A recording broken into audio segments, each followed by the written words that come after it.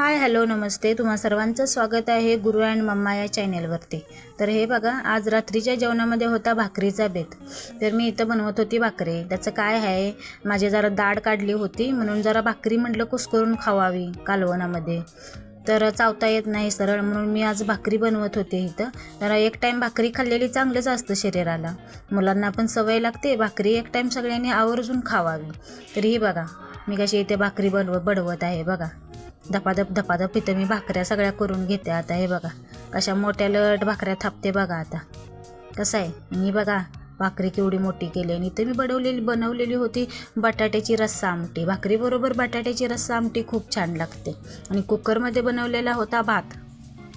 तर इथं माझी आमटी शिजत होती आणि इकडे मी भाकऱ्या बनवून घेत होते। तर हे बघा कशा भाकरी माझ्या भुगले कशी बघा, भाकरी अशा टमटमीत भाकऱ्या फुगतात। पीठ चांगलं मळून घेतलं की भाकरी अशी छान होते, नाजूक दिसायला होते आणि मऊसूद भाकरी होते।